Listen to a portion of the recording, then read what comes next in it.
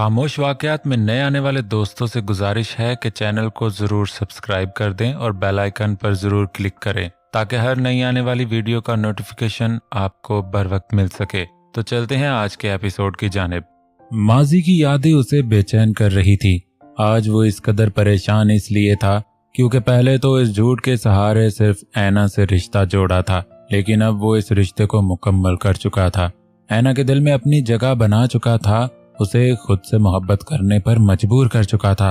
अब वो ऐना से इश्क की इंतहा पार कर चुका था। उसका डर बढ़ गया था कि अगर ऐना सच जान गई तो उसे छोड़कर चली जाएगी और वो उसके बिना जीने का तसव्वुर भी नहीं कर सकता था। उसने एक नहीं कई झूठ बोले थे। एक सच को छुपाने के लिए उसने झूठ की इंतहा कर दी थी।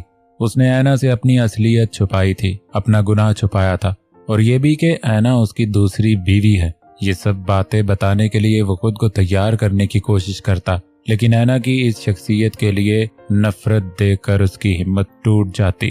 वो उसे खोने से डरता था, अपने अंजाम से नहीं। इस बात का तो उसे यकीन था कि चाहे उसे कुछ भी करना पड़े वो ऐना को खुद से दूर नहीं जाने देगा और उसका ये जुनून ऐना के लिए मुसीबत बनने वाला था। वो अपने घर पर आया था जहां हमेशा की तरह खामोशी थी और उसे खामोशी ही पसंद थी। 7 साल पहले ही वो अपने हर रिश्ते से बदजन हो चुका था। उसे अब अकेले रहना अच्छा लगता था।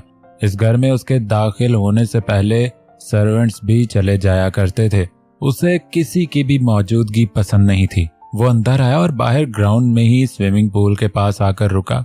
अपनी शर्ट और जीन्स से मोबाइल निकालकर वहां मौजूद टेबल पर रखा और पूल में उतर गया। सर्दी इस कदर थी कि पूल का पानी बर्फ की मानंद ठंडा था, लेकिन उसे खुद को तकलीफ देकर शायद अच्छा लगता था।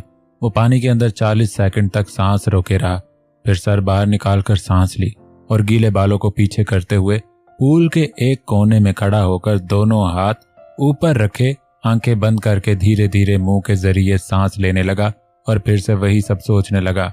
कुछ ऐसा ही बेचैन वो उस दिन भी था। जाने वो क्या जवाब दे। क्या वो लोग उसे माफ करेगी? क्या वो लोग वो रकम कबूल करेंगे? शाहद ने वहां पहुंचते ही उसके नंबर पर कॉल की थी और फोन ऑन रखकर जेब में डाल दिया था ताकि वो सुन सके जो भी बात हो। गेट के पास खड़ा उसने डोर बेल बजाई और इंतजार करने लगा। ये घर इस गली का सबसे अच्छा घर था। 2 मरहले का घर, शायद नया तामीर किया गया था और हर चीज आला थी और बहुत तकनीकी तरीके से बनाया हुआ था। आंगन से सीढ़ियां ऊपर वाले पोर्शन में जाती थी। छोटा सा आंगन था जहां पौधे कितार से लगे हुए थे। जी कौन? ऐना ने बिना गेट खोले वहीं से पूछा। मेरा नाम शाहिद है, मैं आपसे कुछ बात करना चाहता हूँ। जी कहिए, ऐना ने अब भी बिना गेट खोले पूछा। शाहिद ने आसपास देखे, भले वो ये बात कैसे बाहर खड़े रहकर कर सकता था। क्या मैं अंदर आ सकता हूँ? उसने खुद ही पूछा तो ऐना ने एक पल रुककर उसके लिए गेट खोल दिया। शायद उसके पीछे अंदर चला आया। अंदर से भी वो घर इतना ही अच्छा था। एक पल के लिए शायद के जहन में आया कि शायद उन्हें पैसों की जरूरत नहीं। सोफे पर ऐना की अम्मी बैठी थी। उसे देखकर पहचानने की कोशिश करने लगी। ऐना ने उसे सामने सोफा चेयर पर बैठने का इशारा किया। वो बैठ गया और सोचने लगा कि बात का आगाज किस तरह करे। ऐना की अम्मी ने इशारे से पूछा कि कौन है, तो ऐना ने कंधे उचका दिए। मैं दरअसल आप लोगों से। शाहद ने बात का आगाज किया लेकिन फिर रुक गया। जोहेब का एक्सीडेंट मेरे दोस्त के हाथों हुआ था। शाहद बिना नजरें मिलाए बोला। जोहेब की मौत का बहुत अफसोस है हमें, अल्लाह आप लोगों को सब्र दे। वो दोनों बेतासुर चेहरे से उसे देख रही थी, जबकि अगले ही लम्हे ऐना की अम्मी की आंखें भर आईं और शाहिद शर्मिंदा होकर रह गया। ये कुछ पैसे अगर आप लोग रख लें तो। शाहिद ने चेक ऐना की तरफ बढ़ाया। जी नहीं, हमें इनकी कोई जरूरत नहीं, आपकी मेहरबानी का शुक्रिया, लेकिन हम ये नहीं ले सकते।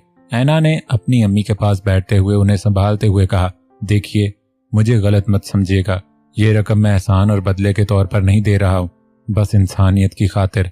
आपने यहाँ आकर हमदर्दी जाहिर की, जोहेब की मौत पर अफसोस जताया, इतना काफी है। हम ये नहीं लेना चाहते, आप जा सकते हैं। ऐना ने उसकी बात काटकर सर्द लहजे में कहा। शाहिद ने नोटिस किया था वो कभी उसकी तरफ देखकर जवाब नहीं दे रही थी। मैं बस गुजारिश कर रहा हूँ, प्लीज मुझे बदतमीजी करने पर मजबूर मत कीजिए। उसने एक और कोशिश करनी चाहिए जब ऐना गुस्से से बोली और उसके मुकाबल खड़ी हो गई। ये जिक्र मेरी अम्मी को तकलीफ देता है, आप चले जाएं यहाँ से। बहुत मेहरबानी होगी, उसने गुस्से से कहा और दरवाजे की तरफ इशारा किया। शाहिद अपनी जगह से उठ गया। हो सके तो उसे माफ कर दीजिएगा, उसने ये सब जानबूझकर नहीं किया, वो अपनी गलती के लिए शर्मिंदा है। शाहिद जाने से पहले उसे देखकर मायूसी से बोला, तो आप इस कीमत से इस कातिल के लिए माफी खरीदने आए हैं? वो समझता है उसने जो गुनाह किया है इस रकम से वो धुल जाएगा। ऐना ने पहली दफा उसे गुस्से से देखकर जवाब दिया, जाकर अपने उस दोस्त को बता दीजिए कि उसने जो गुनाह किया है उसका कुफारा वो अपनी जान देकर भी अदा नहीं कर सकता। ऐना की आंखों से जाहिर हो रहा था कि वो उस शख्स से कितनी नफरत करती है। उसने जानबूझकर ये सब नहीं किया, वो एक एक्सीडेंट था, उसकी खुद की जान खतरे में थी, फिर भी वो अपनी गलती पर पशेमा है। उसे एहसास है कि उसे गलती हुई है, इसीलिए वो आप लोगों से माफी मांगना चाहता है। शाहिद ने शाहजैन की सिफाई दी तो ऐना के गुस्से में और तेजी आ गई। गलती? उसने मेरी अम्मी से उनका बेटा छीना है, हमारी खुशियों का कातिल है वो। गलती नहीं, गुनाह किया है उसने। उसकी आवाज धीमी लेकिन लहजा जहर से भरा था। उसे उसके किए की सजा ये दुनिया नहीं खुदा देगा। ज़ुहैब को तो उसने सिर्फ एक बार मारा था, लेकिन वो हर रोज एक नई मौत मरेगा, बल्कि मौत से भी ज्यादा बुरी जिंदगी जिएगा। उसकी आंखें भरने लगी थी। उसने अपनी अम्मी की तरफ देखा जिनमें शायद हर एहसास खत्म हो चुका था। खामोश सर झुकाए रो रही थी। जितना उसने मेरी अम्मी को तड़पाया है उतना वो भी तड़पेगा। जैसे मेरी अम्मी हर रोज रो रही है वो भी सारी जिंदगी रोता रहेगा। दुनिया की सारी दौलत कमा कर भी सुकून के लिए तरसेगा वो, लेकिन सुकून नसीब नहीं होगा उसे। उससे कहना अपनी दौलत से अपने लिए कब्र खरीद लें, क्योंकि बहुत जल्द उस दुनिया में कहीं सांस नहीं ले पाएगा वो। ऐना उसे नफरत भरी नजरों से देखते हुए बोली और शायद उसके आंसू देखकर कुछ कह नहीं पाया। हालांकि इस बात पर उसे गुस्सा आ रहा था। ऐना अपनी अम्मी के पास बैठते हुए उन्हें चुप करवाने लगी। फिर कुछ याद आने पर उसकी तरफ देखा जो दरवाजे की तरफ बढ़ रहा था। आप उसके मैनेजर बनकर उसके गुनाह को धोने आ ही गए हैं तो मेरा एक पैगाम भी उस तक पहुंचा दीजिएगा कि हमें उसकी भीख की जरूरत नहीं है, बल्कि अब वो खुदा से अपने लिए भीख मांगे, क्योंकि मुझे यकीन है मेरी अम्मी के आंसू उसे बहुत जल्द तबाह करने वाले हैं। शाहिद ने उसकी बात सुनी लेकिन बिना पलटे बाहर निकल गया। उसने फोन कान से लगाकर शाहजैन को मुखातब करने की कोशिश की, लेकिन उसने कोई जवाब नहीं दिया, तो फोन बंद करके गाड़ी उसके घर के रास्ते पर डाल दी। वो फोन बंद होने के बाद भी कान से लगाए रहा। उसे यकीन नहीं हुआ कि वो लड़की उससे इस कदर नफरत कर सकती है जिसकी वजह से वो इतना बेचैन है। शाहिद के आवाज देने पर भी उसने बात नहीं की, बस सुन होके जमीन को तकता रहा। कुछ देर बाद फोन कान से हटाकर दोनों हाथों में मुंह लिए पेशानी से लगाए उसकी एक एक बात को सोचने लगा। कितना जहर था उसके हर लफ्ज में, कितनी नफरत थी उसके लिए। उसने जानबूझकर तो उसे तकलीफ नहीं थी, वो तो खुद तकलीफ में था, फिर भी उसके लिए परेशान था। और वो किस तरह उसे बद्दुआ दे रही थी। वो अपनी जगह से उठकर इधर से उधर घूमता हुआ उसकी बातों को सोच रहा था और हर सेकंड के साथ उसकी पेशानी की रगें उभर कर सामने आने लगी। उसने एकदम से हाथ में मौजूद फोन को दीवार पर दे मारा, जो अगले लम्हे कई टुकड़ों में जमीन पर पड़ा था। वो ऐसा कैसे कह सकती है? वो मुझे इस तरह से बद्दुआ कैसे दे सकती है? वो गुस्से से धाड़ कर बोला था और ड्राइंग रूम के सामान को तबाह करने लगा था। उसकी हिम्मत कैसे हुई शाहजैन मलक को ये सब कहने की? हिम्मत कैसे हुई उसकी? उसने टेबल पर मौजूद वॉच उठाकर जमीन पर मारा। उसका गुस्सा हर बार इसी तरह बेजान चीजों पर निकलता था। वो लड़की मुझे, शाहजैन मलक को तबाह करेगी, शाहजैन मलक को तबाह करेगी वो। उसने एक जोरदार ठोकर मारकर टेबल को धकेला था जो शीशे के दरवाजे से टकराकर उसे तोड़ गया था। गुस्से से उसकी आंखें सुर्ख हो रही थी और पेशानी पर पसीना चमकने लगा था। मैं उसकी चीखों को सुनकर बेचैन होता रहा, तड़पता रहा और उसने जोर का हाथ मारकर दीवार पर लगी पेंटिंग को जमीन की नजर किया। वो कैसे मेरे लिए इतना जहर उगल सकती है? कैसे? वो गुस्से से बड़बड़ाता एक के बाद हर चीज को तबाह कर रहा था। उसे अपनी परवाह नहीं थी कि उसे कहाँ लग रही है, तकलीफ हो रही है, कितनी ही देर। होश से बेगाना पागलों की तरह तोड़ फोड़ करता रहा। शाहिद जब अंदर आया तो घबराकर उसकी तरफ बढ़ा। शाहजैन! उसे पकड़कर रोकने की कोशिश की, जबकि शाहजैन के हाथ में वाच था। शाहजैन रुक जा, क्या कर रहा है? शाहिद उसे जबरदस्ती पकड़े रोकने की कोशिश कर रहा था, लेकिन उस पर तो जैसे कोई शैतान सवार था। उसने वाच टीवी पर दे मारा था। उस लड़की ने अच्छा नहीं किया शाहिद, उस लड़की ने गलती की। वो शाहजैन मलक को जानती नहीं, मैं उसे नहीं छोड़ूंगा। उसने शाहिद की तरफ देखकर गुस्से से कहा। और जल्दी से आगे बढ़कर खिड़की के कांच को लात मारी।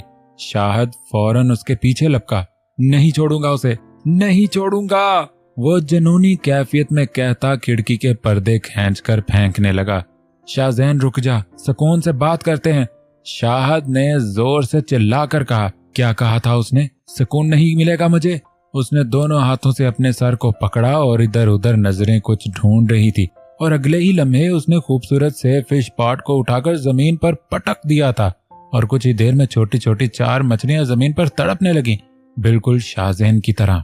मैंने जानबूझकर इस लड़के को नहीं मारा था शायद, फिर भी मैंने उससे हमदर्दी की, गिल्टी फील करता रहा, उसकी मदद करने का सोचा और वो शाहद की तरफ देखकर बोला और दीवार पर हाथ मारकर खुद को चोट पहुंचाई। मैं उसे नहीं बख्शूंगा शायद, उसने मेरी कब्र खोदने की बात की ना, मैं आज के बाद उसे उसकी कब्र का रास्ता दिखाऊंगा। वो सुर्ख होती आंखों से उसे देखता हुआ बोला और दरवाजे की तरफ बढ़ा। वो शाहजैन मलक था, उसे अपनी गलतियां मानने की आदत नहीं थी और आज उसकी गलती पर ऐना की बद्दुआएं उसे बुरी तरह चुभी थीं। शाहजैन रुक जा, शायद उसे रोकता हुआ उसके पीछे जाने लगा। जब आगे बढ़ते ही शाहजैन के पैर में एक कांच का टुकड़ा बुरी तरह चुभा था और अंदर तक घुस गया था। यार तू पागल है क्या? हो क्या गया है तुझे? बैठ यहाँ। शाहद ने उसे पकड़कर सोफे पर बिठाया। जमीन पर हर तरफ कांच बिछे हुए थे। शाहद ने उसके पैर से कांच का टुकड़ा खींचकर अलग किया तो खून पानी की तरह बहने लगा। शाहद ने जल्दी से रुमाल निकालकर उस पर बांध दिया। चल हॉस्पिटल चलते हैं। उसे उठाने की कोशिश की लेकिन वो हिला भी नहीं। मुझे कहीं नहीं जाना, उसका हाथ झटक कर बोला। शाहजैन जिद मत कर, बहुत गहरी चोट लगी है, चल मेरे साथ। शाहद झुंझला कर बोला। चोट तो उस लड़की की बातों से मुझे लगी है शाहद, 1 महीने में 1 रात भी सुकून से नहीं जी पाया मैं, उसकी चीखें सोने नहीं देती थी मुझे। वो जमीन पर नजरें गड़ाए बोला। आज तक उसका चेहरा नहीं देखा मैंने, लेकिन दिन रात उसके बारे में सोचता रहा कि उसके शादी वाले दिन उसे बेवा कर दिया। उसका मुजरिम समझता रहा खुद को, दुआ करता रहा कि अल्लाह इसका गम कम कर दे। और उसने क्या किया?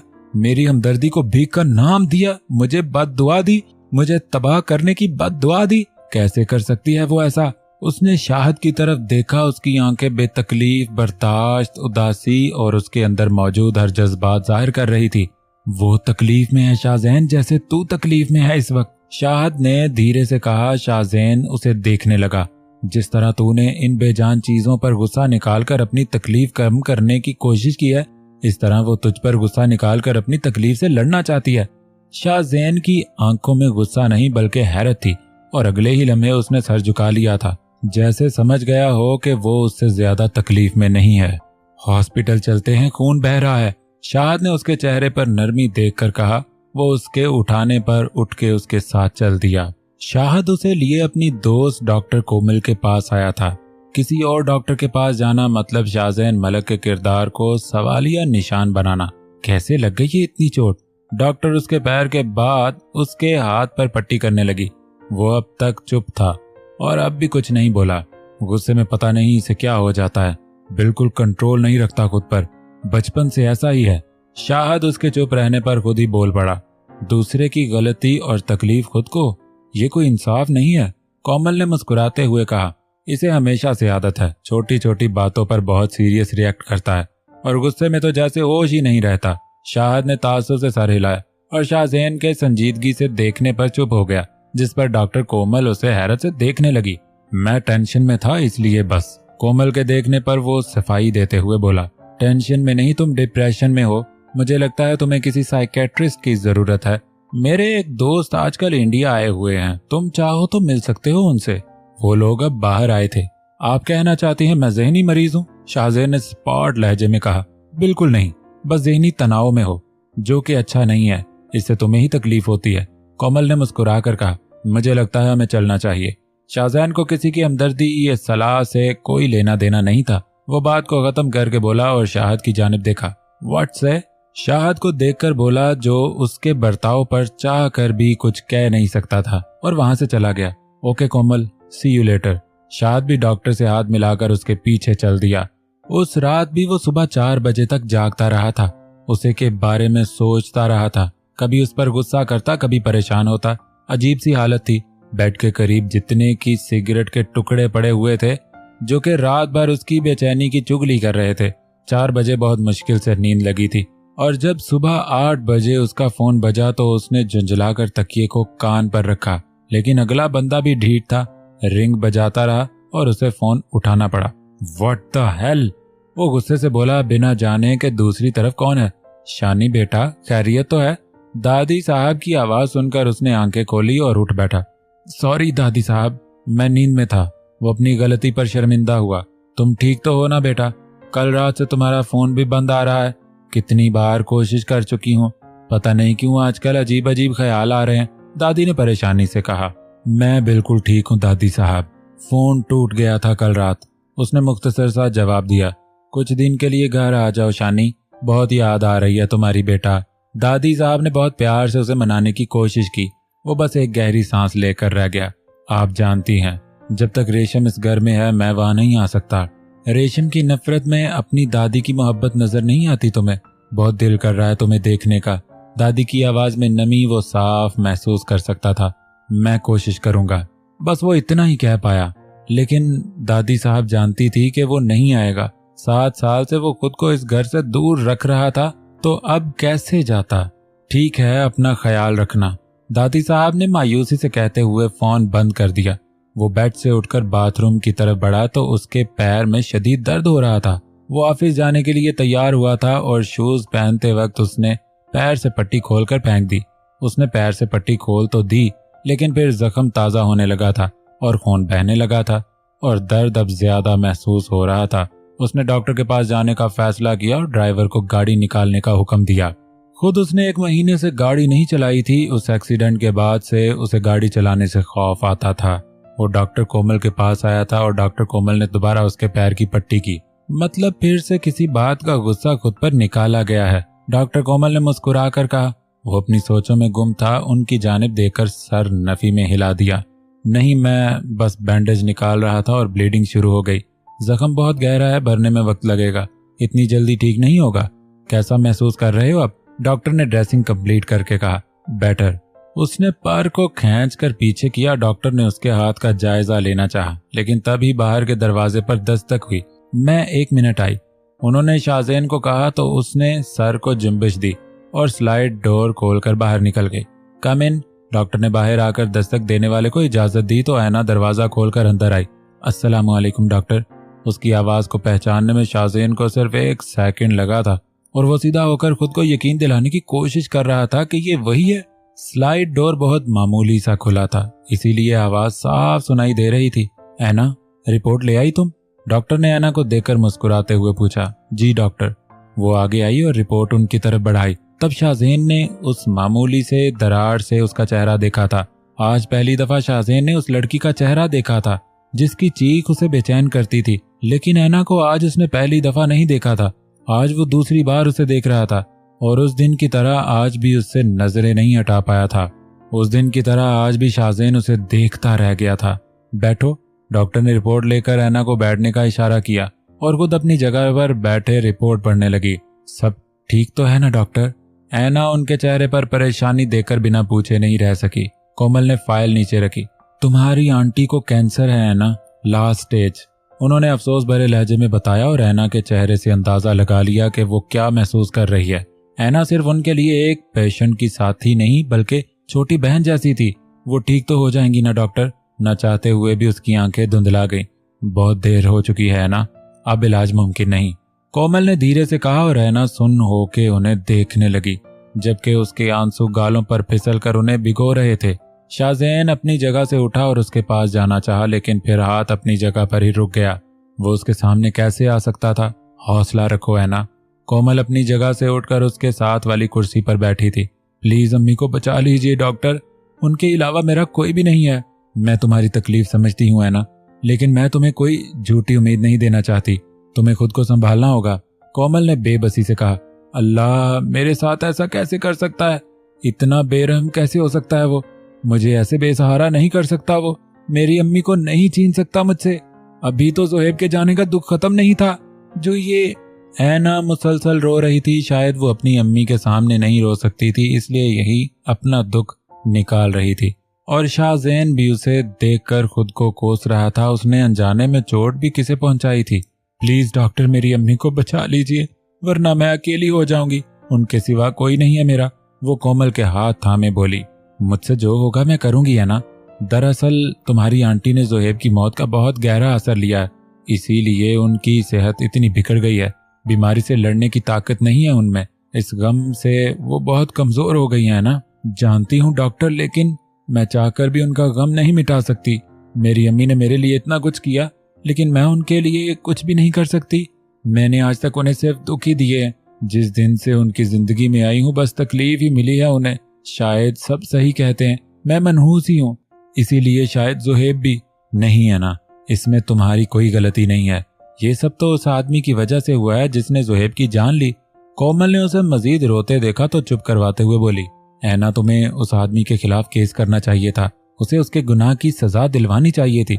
शाहजैन ने बहुत गौर से कोमल की बात सुनी। ऐना के जवाब को भी जानना चाहता था, आखिर क्यों वो उसे सजा नहीं दिलवा रही थी जब उसकी वजह से ऐना की जिंदगी में इतनी मुश्किलें आई। नहीं डॉक्टर, मैं उसे सजा नहीं दिलवाना चाहती। मैं सब्र करना चाहती हूँ, अल्लाह का इंसाफ देखना चाहती हूँ। वो खुद उसे सजा देगा, मुझे यकीन है। वो धीरे से बोली और शाहजैन को लगा किसी ने उसका दिल कैद कर लिया हो और उसे सांस नहीं आ रही। मैं चलती हूँ डॉक्टर, अम्मी मेरा इंतजार कर रही होंगी। वो उठते हुए बोली, ठीक है, हिम्मत से काम लो। मैं तुम्हें एक कैंसर स्पेशलिस्ट के पास रेफर कर रही। वहां तुम्हारी आंटी का बहुत अच्छा इलाज होगा और पैसे की भी टेंशन मत लेना, मैं बात कर लूंगी। कोमल ने आखिरी दफा समझाते हुए फाइल उठाकर उसे दी। Thank you doctor. वो अपने चेहरे से आंसू साफ करती बाहर निकली। शाहजैन ने आंखें बंद करके उसके भीगे चेहरे को तस्वुर किया और अपना जख्मी हाथ दीवार पर मारा। उसकी वजह से हो रहा था ये सब। उसने ऐना को रुलाया और इतना बेबस था कि उसके आंसू भी नहीं पहुंच सकता था। जिस लड़की ने उसे एक पल के लिए मुस्कुराने पर मजबूर किया था, उसने उस लड़की की खुशियां हमेशा के लिए छीन ली थी। अरे शाहजैन, ये कैसे? कोमल वापस अंदर आई तो उसके हाथ को देखकर बोली, लेकिन उसने कोई जवाब नहीं दिया, जबकि उसकी सुर्ख आंखें देखकर कोमल को हैरत हुई। कुछ देर पहले वो कितना पुरसकून था। लाओ दिखाओ इधर, मैं ड्रेसिंग करती हूँ। इससे पहले कि कोमल उसका हाथ पकड़े, उसने हाथ पीछे कर लिया। इसकी कोई जरूरत नहीं है, वो सर्द लहजे में बोला और बाहर निकल गया, जबकि कोमल हैरत से उस शख्स को देखती रह गई। जिस दिन वो मुंबई आया था तब पहली दफा उसने ऐना को देखा था। उसकी गाड़ी एक होटल के पास रुकी थी और वो किसी से फोन पर बात कर रहा था। उसकी नजरें सामने एक रेस्टोरेंट के शीशे के उस पार ऐना पर पड़ी थी और वो यूं ही अपनी धुन में बात करता उसे देख रहा था। ऐना अपनी सहेली के साथ बैठी थी और उससे बातें कर रही थी, जबकि शाहजैन की नजर भले उस पर थी लेकिन ध्यान सारा फोन पर बात करने में था। लेकिन जब ऐना की सहेली अपनी जगह से उठकर उसके पास आई और बैग से सुर्ख दुपट्टा निकालकर उसके सर पर ओढ़ाया तो शाहजैन चौंक कर उसे देखने लगा। उसका ध्यान सिमट कर ऐना की तरफ चला गया। उस वक्त वो सुन नहीं पाया कि फोन पर क्या कहा जा रहा है।